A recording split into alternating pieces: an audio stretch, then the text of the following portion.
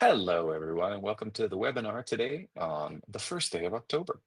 We're just going to give it a couple minutes to let some extra people join into the room before we crack on. Hey.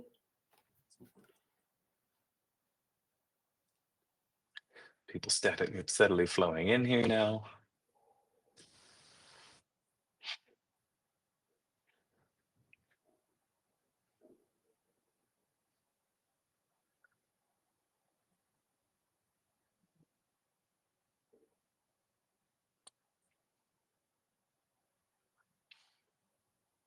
For anyone just joining in, we're going to give it till probably 2 minutes past just to allow any late joiners to come in and join the session.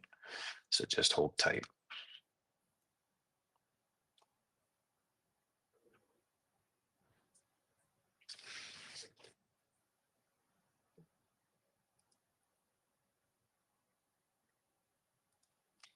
And maybe we can already, you saw it, you're typing as well. So the recording will be shared after the session for everyone who might have to drop out early or drop out in between. Or if you got colleagues you want to share it with. Exactly. Just going to give it one more minute and then we can crack on. Yeah, there's still people coming in, still people joining. So I hope everybody can hear us. Yeah, that'd be good. So the last time we had 2 people saying, no, we can't hear you. So they jumped out and back in, and then the tone was fine. Well, as much as I love doing a live mime webcast, I don't think it's particularly useful for an education masterclass session now, is it, Doro? It is. Even more as I'm not going to read the slides, but talking freely. Okay, we're 2 minutes past. I think we have quorum, as they say in the boards. So let's crack on. Hello, everybody, and welcome to our first actual masterclass session on what you need to know about international business travel compliance for HR professionals around the world. Just a couple of quick housekeeping notes. We do have a chat going on the right side of the screen. We'd prefer that you use the chat function to pop in any questions. We'd like to keep this session as interactive as possible. This is a particularly interesting topic today on A1s, Social Security certificates, and things like that. Any questions that we don't get to answer directly in the session today, we will follow up directly offline and provide the written responses to everybody. And as Dora said earlier, we will also provide the recording of the session if you have to drop off early or if some of your folks weren't able to make it. We also have a series. We've got 8 masterclasses in total for the world of HR with international business travel. And at the end of the session, we'll have a little pop-up with the registration links for the next session. If any of you saw our LinkedIn activity yesterday, you'll know that we've just released a new product, and we actually have a special edition webinar specific to duty of care and ISO 31030 regulations coming up in, I think, 2 weeks. But that information will be shared at the end of the call. So without further ado, welcome to Masterclass number 2, A1 Certificates, CoCs, and Social Security Essentials for Business Travelers. We're going to walk you through the general definitions of all the important stuff that we're going to talk about, and then we're really going to stick into Social Security, bilateral treaties, coverage for non-treaty countries, and a couple of really interesting points that have been raising their head with some more legacy sort of opinions or styles in the industry changing with the tides. And then we'll talk about some recommendations and actions. And once again, if you have any questions, drop them in the chat, and we'd love to take those as we go. Well, without further ado, who's talking to you today? I'd like to hand it over to my wonderful colleague, Doro. Hi, team. So I'm Dorothee Schweigart. I'm the Director of Compliance Research Center at WorkFlex. I've been in global mobility for 25 years now, started, well, quite exactly 25 years ago. and have been done a classical compliance setup. Was it a big global mobility group, smaller one? Was an expat myself, and since the beginning of last year, been the director at the Compliance Research Center at Workflex, and together with the team responsible for describing the logic, describing all the to-dos that have to be done in all of these situations of a cross-border employee movement. And I'm very happy, Brock, that you have me here today. It's always a pleasure. And as you can see by the screen here, I'm Brock. Don't let the accent scare you. I'm but a humble Canadian living here in Barcelona. So I've been in the travel and travel tech industry for about 15 years, maybe a little more now. The grays are starting to betray my tenure. So I come from airlines and travel management companies, as well as travel tech. I'm currently based in Barcelona. I've lived in the UK and in Spain, and I've been outside of Canada for about 10 years. So I like to joke that I have been both on the giving and taking end of the world of mobility and international compliance. Currently living here in Barcelona, but running our UKI territory for all things operations and revenue at Workflex. So I'm always bouncing here, there, and everywhere. So Doro. Yes. For What those is that an may not be in the international know, business? Exactly. what What are we talking about today? So and we have we could use my home country as an example. exactly. We can use your home country. That's why we did it. So we are talking about trips when your employee is leaving the borders.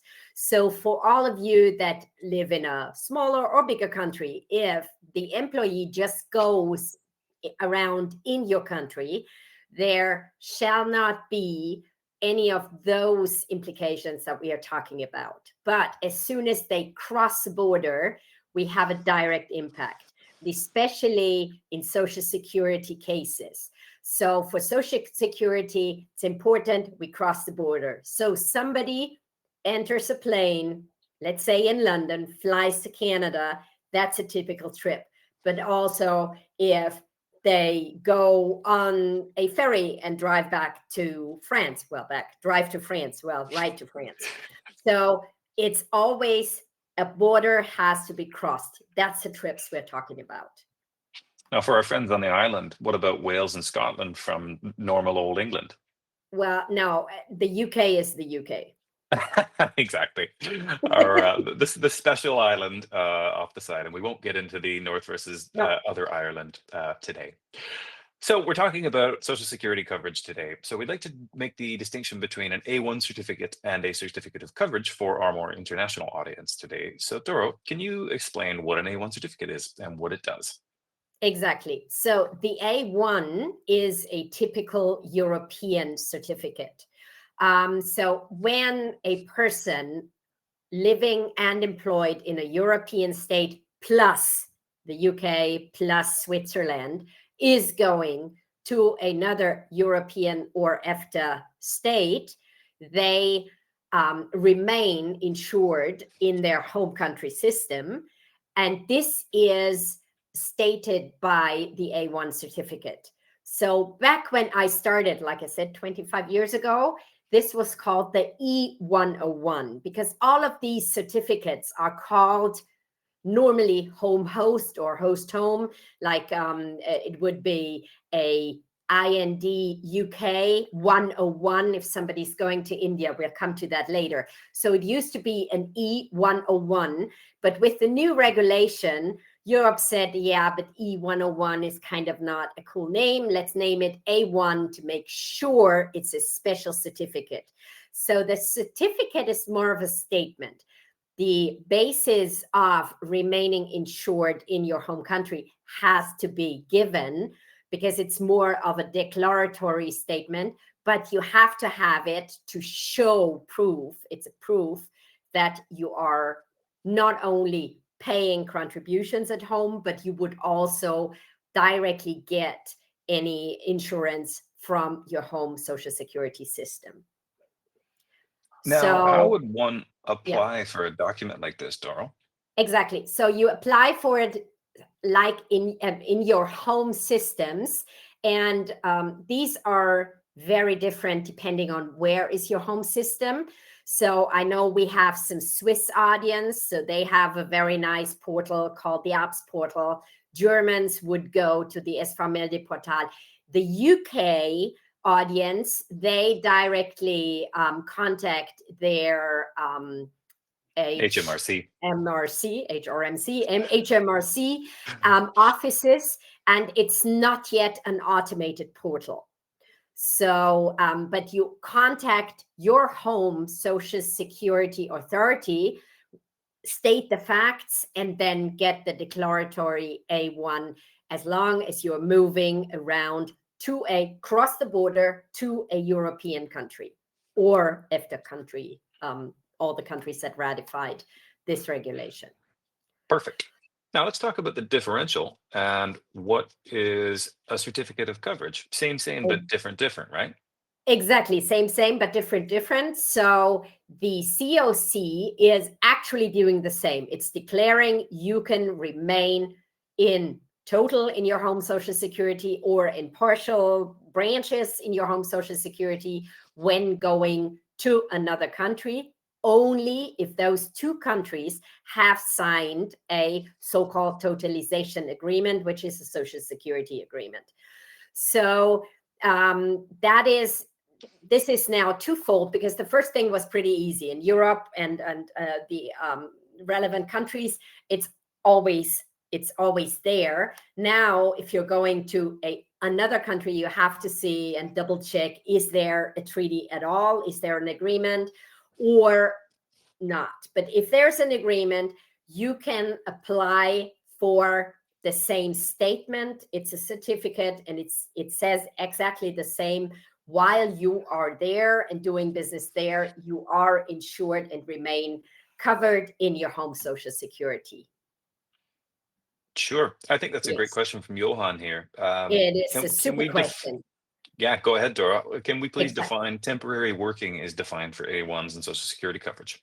Exactly. So there is the standard A1 defines, it's applied for under Article 12, and it says if your employer sends you for a clear, distinctive termination of determined time somewhere out and back. So this can be 1 hour, 1 day, 1 week, 1 month, 1 year. There is, for Article 12, there is a maximum of 3 years. So if you say, yeah, I'm going to send him for 10 years and then he comes back, promise, that's not going to work. But there is no too short of a time. So actually, if somebody just goes over the border for an hour, drop something off, come back, yes, they actually would need an A1. But the standard time for longer assignments, for business trips, it's clear, because business trip is a maximum of normally 180 days, really maximum. And assignments you can do to 2 to 3 years, and you wouldn't get a big of a question. This might be different in a CoC world, because they usually tend to do 2 years a lot lighter. Do you know who needs to apply for an A1 in each European country? Actually, so the law would always say the employer needs to apply for the A1, because it's the employer who sends the person away. And so the employee cannot go around and get A1s, because what would happen? Oh, I'll get an A1 for my holiday. And that's not the correct one to be covered by your home health insurance while you're on holiday. So actually, it's the employer, because the employer has to reassure that there is job to be done in the other country. And Does the one that they can return to. Yes, of course. No, I said, Linda, that was in the first. So Johan asked, what is temporary working defined for? So, of course, the limit in a maximum A1 situation would be 5 years. So if you send someone out for 1 year, for 3 years, and you prolong this, you can get an extension. But if you now go directly into the system and say, okay, I'm sending someone for 5 years, you might have to clarify why the person, if the person really wants to come back, because the definition of temporary is clearly above 2 years, you have to have some more ideas. So since we're talking business trips, we shouldn't go too much into assignments. Maybe we could, we'll have another add a session for that. masterclass of assignments later. But of course, and there's no really 5 years. So the next one we'll be writing and say, yeah, we got an extension for the 6th year. And I personally got extensions up to 8 years because it was clearly end of a project. And yes, you can talk to the countries and you can involve big companies, and but the term short term and terminated, it has to have a clear ending. You have to have the clear intention of return. Choose to work. What about the case where employee choose to work remotely? Okay, we're talking. Okay, now I think we should go on because that's vacation. Maybe we do a vacation masterclass later. Exactly. So for vacation, it has been said that it's to be treated like a secondment. So that was at the beginning of the pandemic, but we should go on because I think we might have issues with the time. We will definitely come back to you with some written blurbs for anybody that we don't get a chance to address. So we've covered A1s and CoCs for outside of Europe, but what about rules for countries that don't have a totalization agreement? Exactly. So that highly depends on the home country. So in Germany, we actually have something in the law, like in Austria, that we say, okay, if your employer sends you somewhere, and the home contract is the ruling contract for you being there, you remain in the home social security system. It's kind of like the same in the Netherlands because they say, a business trip doesn't even break anything, doesn't break the employment. So you, of course, remain covered. And for the UK, it's actually, there's no clear rule. So not like in Germany or Austria, but if it's longer, you have to think about voluntary contributions, which of course, you can always say, yeah, we just keep paying and it's like a voluntary contribution. So for no totalization agreements for third country, so-called third country trips, double check and just try to keep your employee in your home social security, which of course does not mean you might be safe at host, but at least your employee is safe at home.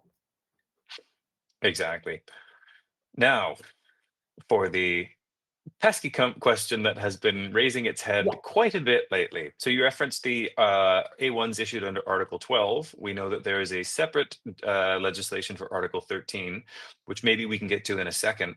But I think one of the big questions that comes specifically from HR people, and my remit's typically in the UKI, but there's a bit of a more old school opinion that you can apply for a multi-state or long-term A1 for, as Claire has questioned here, if you've got multiple trips going in and out of the same country, this multi-state A1 should cover us, right? We've got some things to say about that. Exactly. Go ahead, Dora.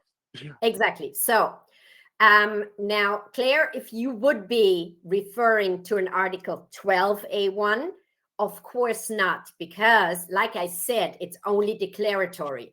Now, if you say, okay, I know my employee is going to France from UK in the next 12 months, at least 1 week every second month, and you just get an A1 for 12 months, you declare my employee is going to work in France for the next 12 months.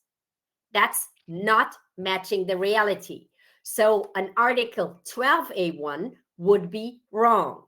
Now, there is another multi-state, there's another A1, which is Article 13, the multi-state A1, that says if a person simultaneously works in more than one state, you can get an A1 to prove that only the state of residence is relevant for Social Security.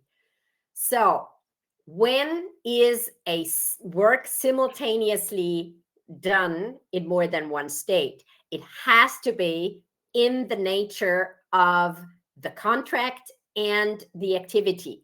So if you say, oh yeah, that's a salesperson, that salesperson is, handling, let's say, France and DACH, and is going to France, Germany, Austria, and Switzerland regularly, meaning, yeah, sometimes one day a month, sometimes 2 days, maybe in a quarter, but nah, we don't know yet, then it's not regularly simultaneously, because just, yeah, could happen is not enough. So you don't get an A1 just in case, because you get it for every trip out and back, because those are the trips. If you clearly say, okay, you are responsible for a plant in UK and for a plant in France, and every second week you will be 3 days in France, and you write this on the contract, that's a typical Article 13, because then the person will be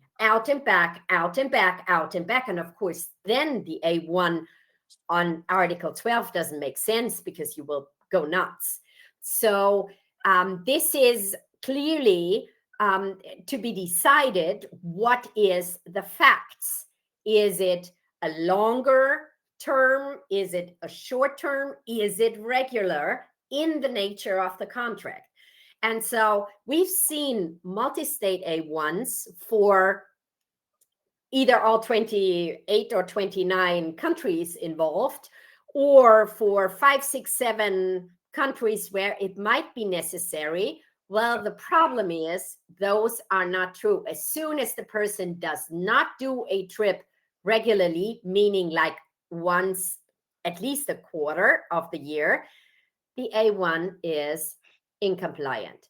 And home social securities would usually defend the A1s they issue, but if they are issued on wrong premises of the facts, they don't help. So they would say, yeah, listen, you declared the person will be there and work simultaneously regularly, and the person is not doing that, so my A1 is irrelevant. Yeah, and I think it's really important to, especially to our UK folks here, who I have this conversation with lots these days. There are a lot of instances where they say, "Well, we've never had a problem with our multi-state A1s before," and the advice that we're giving today has to be taken through the lens of the fact that we are a global mobility provider of record, where our goal is to certify mobility programs as 100% compliant as best as possible on a global basis. So there have been cases where we've had a stylistic battle with other professionals in the industry who are looking at the historical travel, the historical risk appetite, and other things like that for specific customers, and saying, in accordance to what you're doing and in accordance to your risk appetite, we might recommend that this is okay. For us, we're talking letter of the law, baseline compliance, which is, of course, what our platform is designed to do. This is not a sales pitch today, but an education piece. So there's some stylizing that can be interpreted in here, but these are the actual brass tacks, which I hope is being made a little bit clearer here. Now, Doro, just before we jump into recommendations, Julia had a question on what happens if somebody can't present an A1 upon arrival or at a job site. And there have been lots of interesting cases like this. I can think of a good handful of companies that do trade show demos or conferences in Sweden, or have been spot checked in hotel lobbies and co-working sites in France, specifically asking for your papers. So what happens if they're found to not have a document, or to potentially even worse, be non-compliant? Exactly. So the first thing is, if you also, which comes also in a later masterclass, if you also had to register a posted worker notification because you're providing services. In that registration, you always confirm that you have an A1. So if you don't have an A1, also the posted worker notification is incompliant. So that can lead to a direct forbidding of the services. Yeah, don't worry about reputation. You can be like taken off premises. We know that groups coming from the UK to provide services in France have been checked and have been directly sent back. So that's kind of like, it's now more and more just a travel document like a passport. In case something happens and you cannot present it, of course you will. I don't think any hospital will not be treating you because you can't present an A1, but you might face, and now you talking HR and employer side, the employer will always have to pick up any costs. So this is just, the employee will never be made responsible for a missing A1. So this is clearly, it's not only a thing that you have to apply for and it's totally irrelevant and you can do it later, because the rule says you have to have it before. So up from you can't work to you can't even enter, to you'll be sent back, you'll be stopped working, and you have a high risk whenever something happens. Yeah. Just waiting for Claire to put some clarification on there for the Exactly. regular trip piece. So we'll come back around to that. Yeah. But with that, we hope that answered your question, Julia. But our recommendations and actions to tie the session off here before we get back to any other questions. I think the most important is make sure you have your paperwork in order. We said this on the first session with Vanessa, who works with Doro. Documentation, documentation, documentation. Exactly.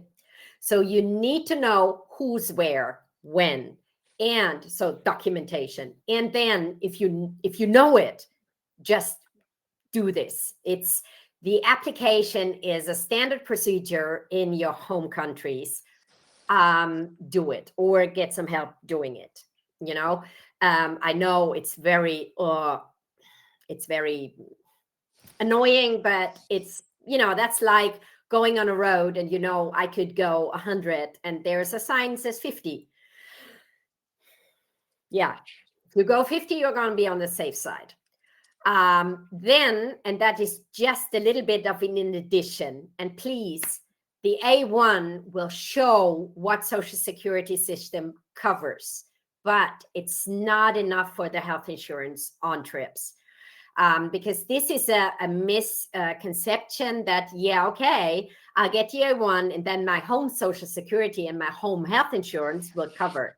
Of course, we have within Europe, we have the European Health Insurance Card, and it should work, but it's limited to the home rules. So if the host rules, if the host doctors are way more expensive, there's always a cost risk that remains with the employer, because in Social Security wise, cross-border work is always a secondment. So yeah, just always keep that in mind. A1 plus, you have to keep your employees safe so that they can go to the doctor and you don't pay additional for that. So Claire, my trips are not contractual. I know it takes a long time. Could you, if those trips are really regular, could you make them contractual, that you put something in your contract saying, okay, I'm matrix functioning for the UK and France, that it is clear why you have to go back and forth, or that you have a side letter with your line manager saying, okay, the plan is in the next 2 years that I spend 1 week a quarter in France, or 2 weeks a quarter in France, so that you can apply for the Article 13 and make sure that you really go on a regular basis. So yeah. And then on the And second piece, there's if you're following on the Article 12, which is the spot. Yes, if you show proof that you have applied, that is more than sufficient. yeah, exactly. With that kind of question, I know you must be coming from the UK because HMRC is currently taking between 2 and 5 months to actually provide these documents. So as long as you have proof of submission in whatever country you're applying from, that is sufficient. The recourse of maybe having something come back declined in a future instance is another conversation for another day. But yes, you can do every trip A1 or Article 12 A1s with the submission. I'm going to let Exactly. Doro tidy that up. If there's any other questions, we'd love to take them in the chat. We are at time here, so we just want to jog things along and let you know that our next deep dive compliance session will be on October 30th. I think we have a second session in the masterclass series on the 15th, but this is on our new SOS product, and we have a whole host of duty of care professionals. Doro will be a part of the session with folks like Bex Dedman, Dr. Jorg Reichel, Darren Kelly, to talk about the world of ISO 31030 and duty of care in general. And then we'll be picking up our regular business travel for HR professional masterclass. I believe the next session is going to be on posted workers. And you can see here in the bottom left of your screen that you now have the registration links for the next sessions. And of course, we will follow up with the recordings very shortly after. We wishing you a wonderful and pleasant day. And thanks for joining us on the session today.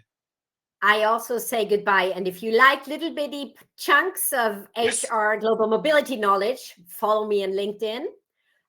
Because of course, right now, most of it is German, but Brock told me you can just translate it. So yes. AI is a great thing in most cases.